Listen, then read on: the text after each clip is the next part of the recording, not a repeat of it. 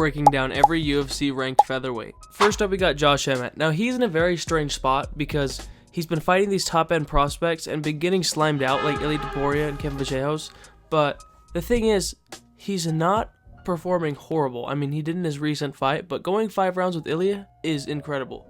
We have to see him fight an older fighter his age and give him a fair matchup. So for a matchup, I'd say Calvin Kattar. And I don't want to see him fight any more prospects. Yusuf Salau, Ilia Topuria, and Kevin Vallejos is enough.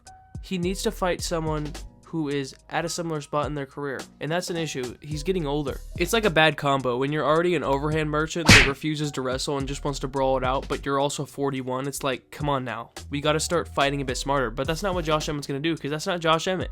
He's a bald, angry unk that's gonna go out there and scrap with you, but you can't do that against Kevin, dude. He's gonna knock your lights out. And that's the issue. Give him Calvin Kattar and put him in like the opening of a main event. Calvin Kattar, Josh Emmett, put that on the card. It's gonna be a scrap, and I honestly think he's probably gonna knock out or TKO Calvin Kattar, because one thing's for sure, Josh Emmett still has a hell lot of power, and he's still pretty quick, but he needs to think about retiring. Next up, we got David Onama. Now, he's in a weird spot too, because he went on this massive winning streak where he was looking okay. He wasn't winning like dominantly by finishes or anything, but he was getting decisions, and then he ran into Steve Garcia, who was an absolute monster. I definitely think that David Onama has a chance to go a bit farther in this division, but we have to give him a step down in competition, so I think he needs to fight a Dan Ige. He could also fight Pat, who's on a great winning streak right now, and honestly, I think he beats both of them. One thing I know about David Onama is he has great game planning. If we look at Giga, he's a big guy who kicks and finds his range, and David Onama really didn't let him do that fight. He kept spamming lead leg kicks and oblique kicks the entire fight, which was making it to where Giga couldn't really close the distance with a big right hand or a lead leg kick or a lead head kick or teep up the body. And then whenever Giga would get close, he'd just take him down. It was a perfectly executed fight. May not have been the best to watch in terms of entertainment, but David Onama's smart, and I think he has the skills and talent to beat guys like Dan Ige or Pat. You know, average fighters in this division. Now, a problem I have picked up from Onama is he does seem to have very slow hands, and when he throws big combos, he tends to get caught more often, especially when he's throwing like a 3 or 5 or 4 or 6 piece combo. He has really good defense and shells up really well, but it is pretty easy to hit him when he's coming at you with his hands. I still think David Onama is a great fighter. The narrative here is, how good is Steve Garcia? Patricio Pitbull. Now, he has a glaring issue where early in the fight, particularly round 1, he'll start really slow with like no output at all, not even try to get a takedown even if he's losing the round, and he'll just kind of like sit there and throw a jab and then leg kick. But that's one of the great things about his game. He has strong ass leg kicks. I think it's part of him being short and he has tree trunk legs.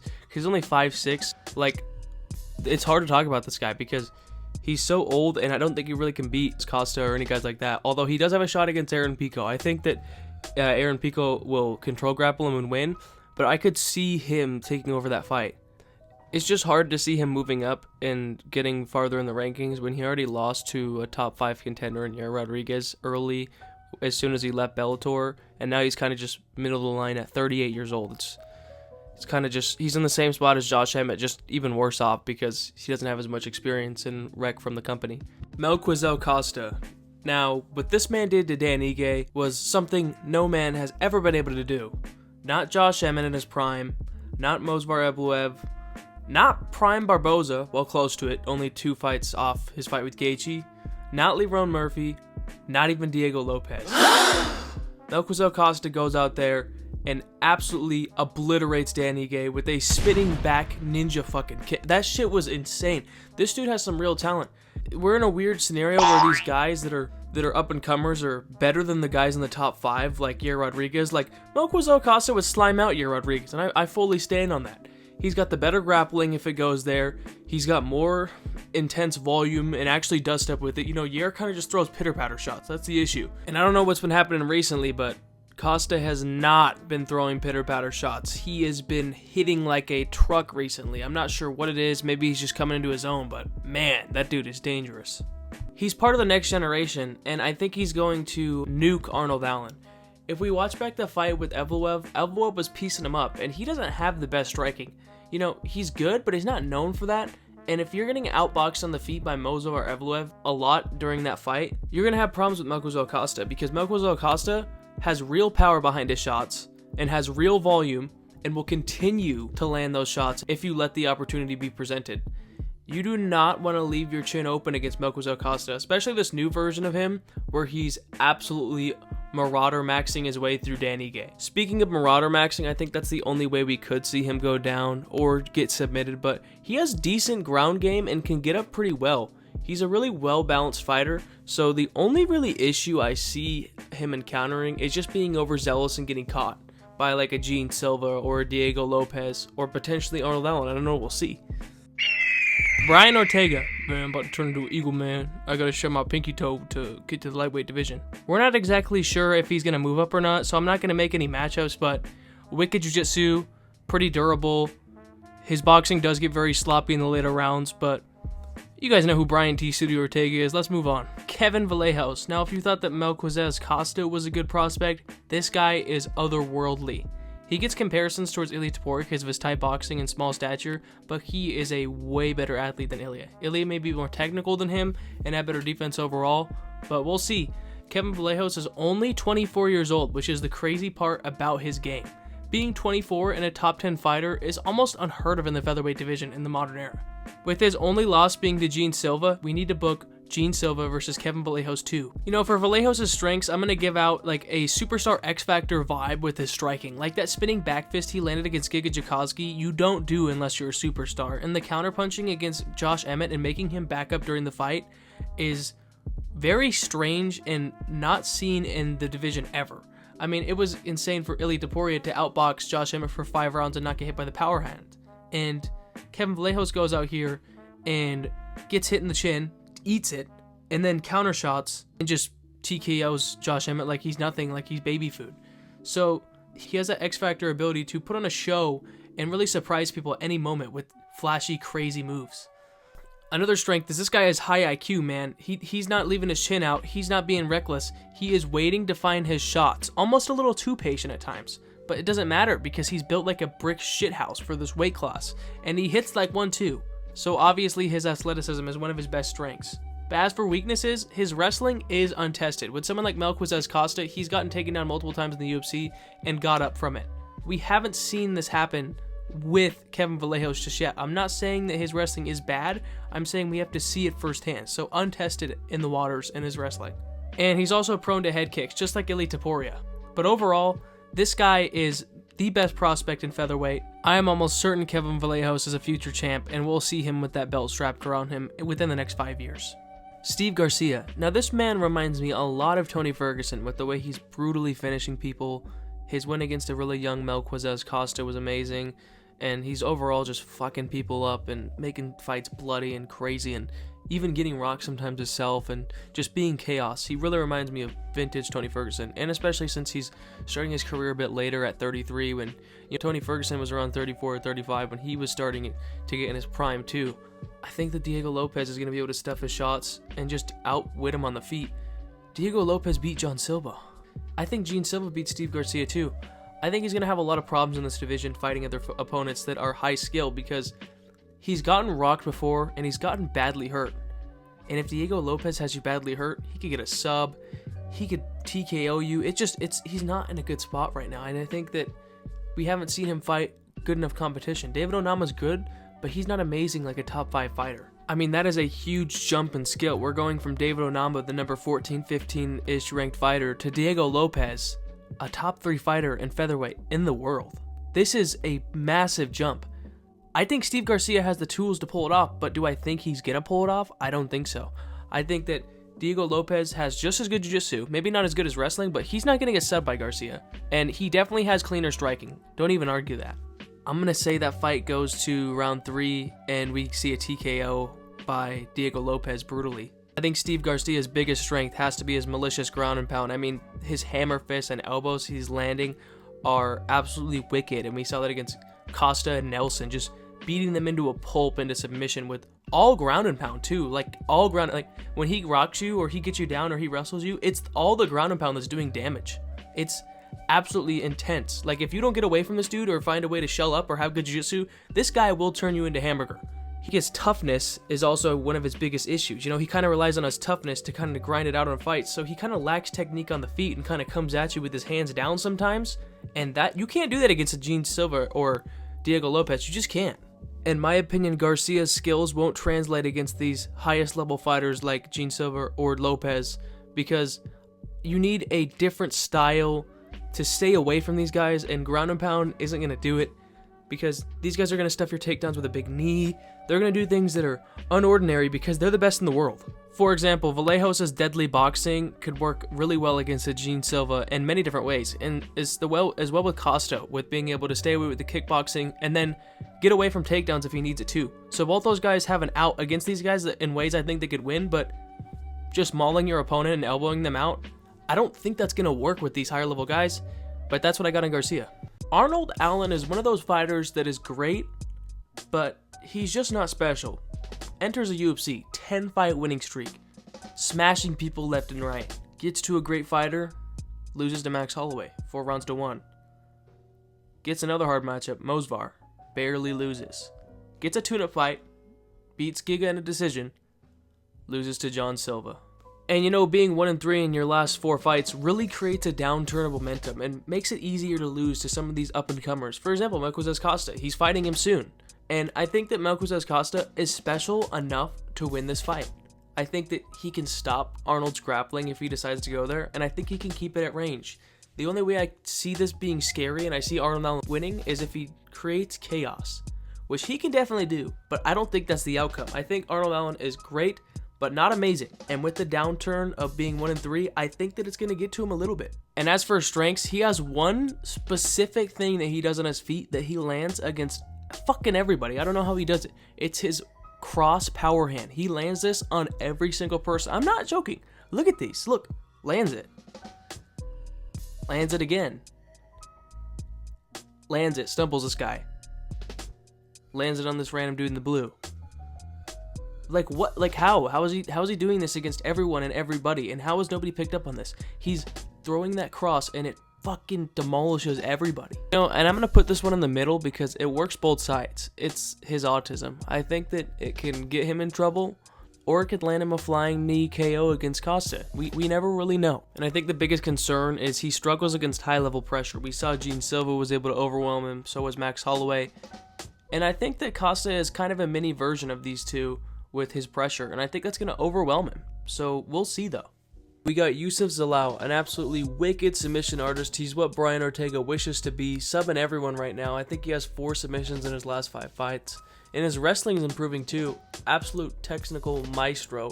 Goes out there and double legs Josh Emmett, gets the armbar right away. He's going to go out there and mess up Aljamain Sterling. I'm so sure of it. Aljamain Sterling's moving up a weight class. A couple fights ago, he's old, he's 36.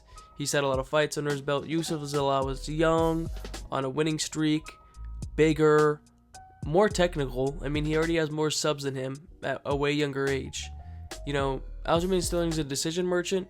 Youssef Zalal is out here subbing people. He's a different fighter. More entertaining, has more in his bag on his feet, even though he has pillow hands.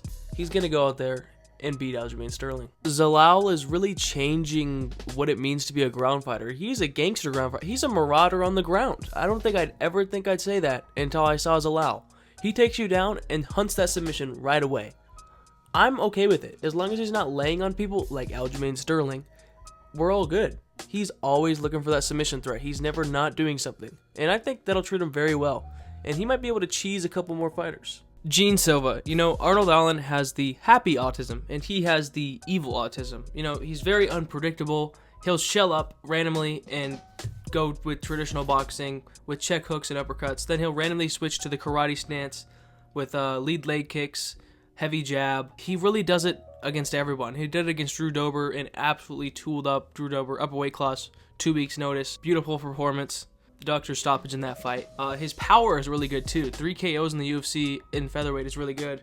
But his weaknesses, definitely wrestling. He got mounted by Lopez, and Lopez isn't even the greatest grappler in the division. We got Movsar Evloev, who's great. We got Volkanovski, and you could say it's a 3-way tie between those, or you could just say Movsar Evloev is the best, but close race. I think that Gene Silva could get taken down by any of these guys. in the top 5. And then he's overly emotional and aggressive for this division too. Diego Lopez checked him with that spinning back elbow. You know, he's always crying after fights. He's just a loose cannon, and you can't be so emotional at the very highest level. You know, you have to have some composure over yourself. He has the ability to beat anyone, but a lot of these guys could beat him at any moment. You know, Yair Rodriguez flash head kick. Who knows? Volkanovski takes him down ground and pound. Movsar Evloev just wet blankets him. Diego Lopez, elbows in the ground, elbows on the feet. You never know. He has a little bit of everything. You know, his spinning elbows are nasty. His teeps up the middle are nasty. Great head kicks. So the UFC's in a spot where Movsar Evloev just won against Lerone Murphy. He's going to fight for the title now, and Volkanovski and both of those guys are going to be hung up. So Gene Silva's just kind of here after a win off Allen. What do?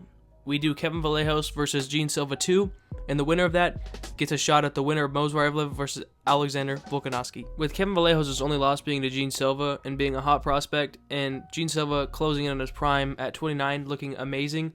Great fight, great contenders fight. Both these guys are super dangerous. Excited to see that. Hope they make it. Aljamain Sterling is in one of the worst scenarios to be in as a good ground control grappler that just backpacks people and wins off that. The problem is he's fighting Youssef Zalal, who is a technical mastermind on the ground.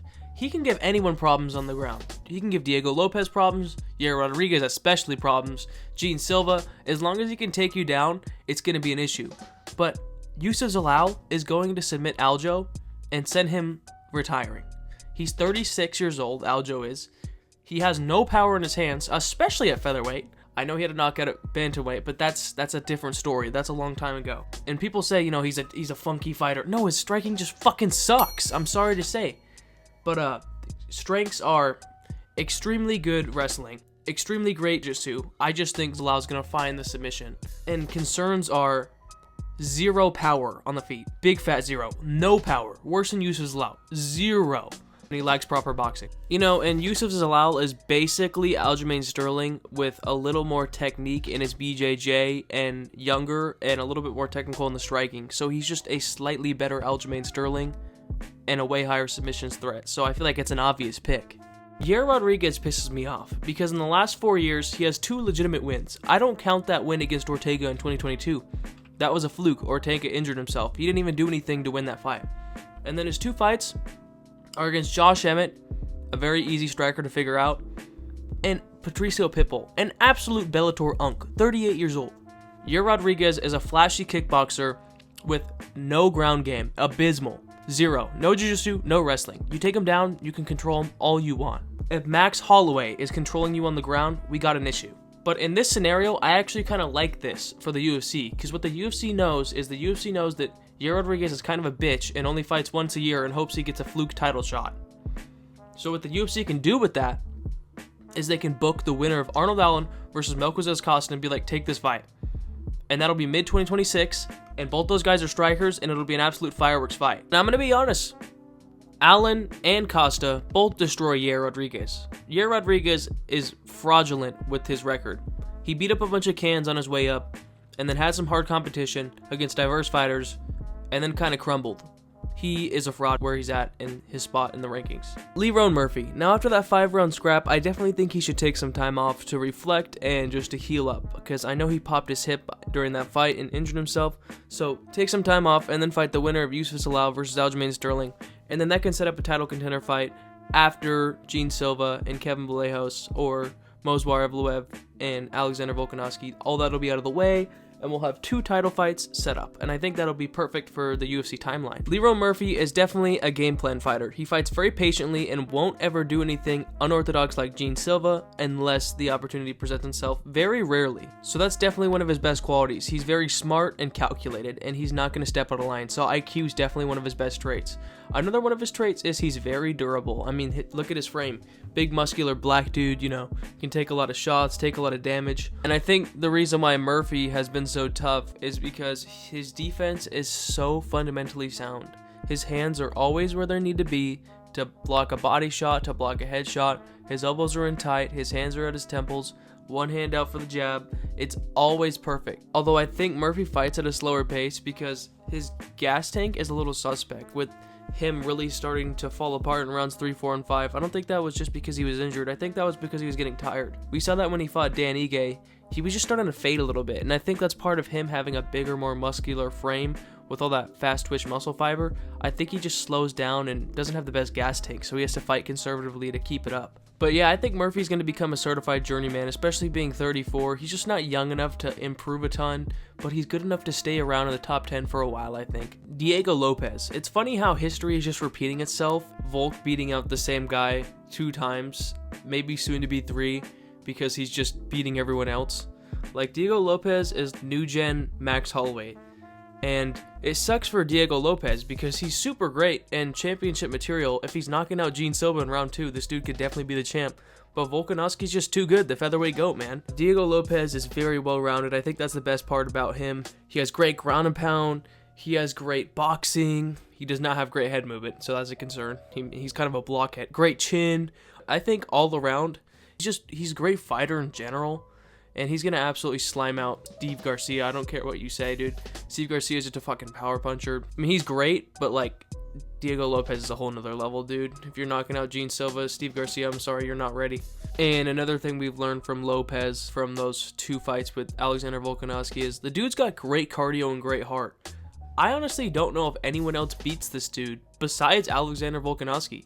In a 5-rounder for a main event, he's too much for Leroy Murphy. I think he can stay away from the wrestling of Aljamain or Yusuf and just beat him up on the feet. And then against Mosvar, in the rematch, it's going to be really close. But I think Mosvar and Diego Lopez are on the same level of tier and won't be able to beat Volk. So Volk's sitting in a great spot right now. Mosvar Evloev and Diego Lopez are the 2 clearest best fighters besides Alexander Volkanovski. Diego Lopez is violent and gets his wins from scraps, and Mosvar Evloev gets his wins from control grappling decisions, staying away with lengthy body kicks, and just ranging his opponents. He's the best in the game at that for sure, besides Volkanovski.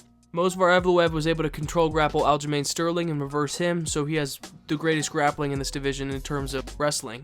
He was able to hold down Diego Lopez for 3 rounds, which is highly impressive. His grappling is ridiculous. Very strange and kind of boring fighter, not having a single KO or submission in the UFC as such a high caliber fighter. It's kind of not entertaining, and I hope that Volkanovski makes quick work of him.